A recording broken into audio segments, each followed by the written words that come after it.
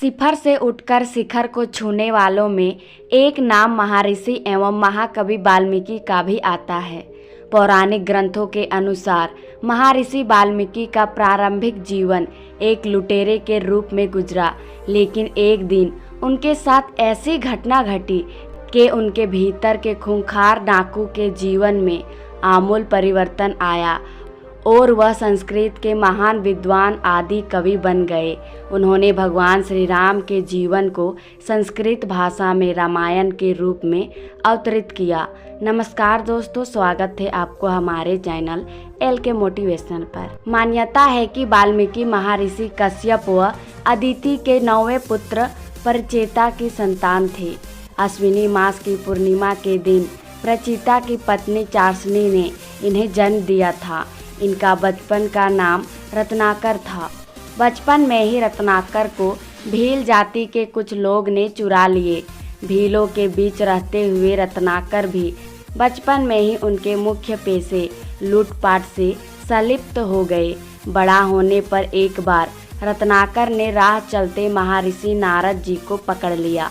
नारद जी ने कहा कि मैं सन्यासी हूँ, मेरे पास कुल मिलाकर एकमात्र पूंजी वीणा है। नारद जी ने कहा, तुम ये भी ले लेना, मगर अपने परिवार से पूछकर आओ कि जिनके लिए तुम लूटपाट का पाप कर रहे हो, क्या वे तुम्हारे इस पाप के भागीदार बनेंगे। वाल्मीकि को लगा कि सन्यासी उन्हें भेजकर खुद भाग जाएगा।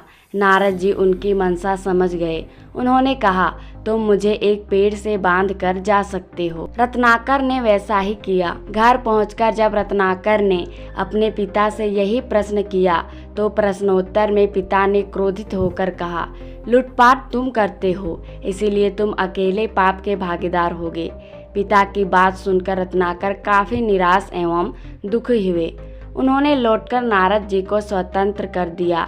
नारद जी ने उन्हें पश्चाताप हेतु राम नाम का स्मरण करने को कहा।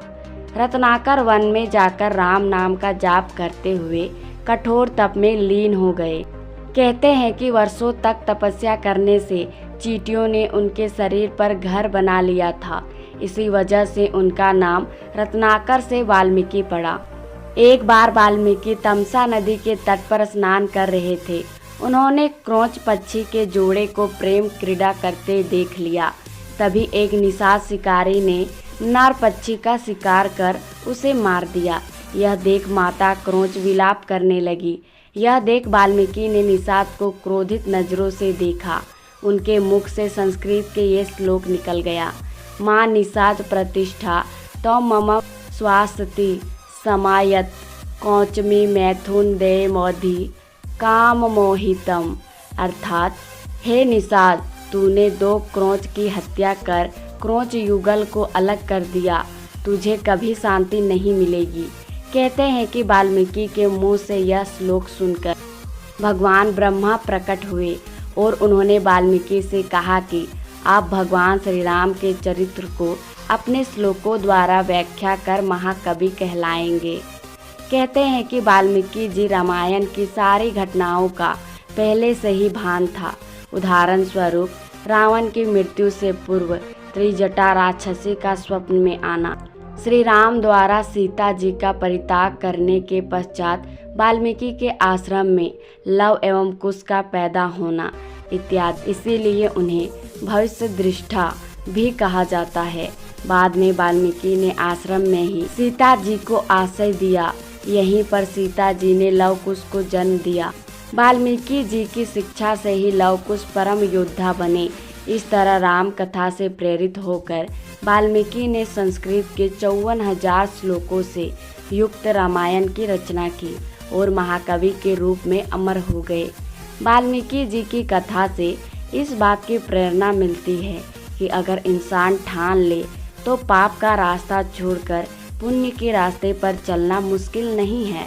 इसीलिए एक मामूली लुटेरा से वह इतने महान आदि कवि के रूप में स्थापित हो सके।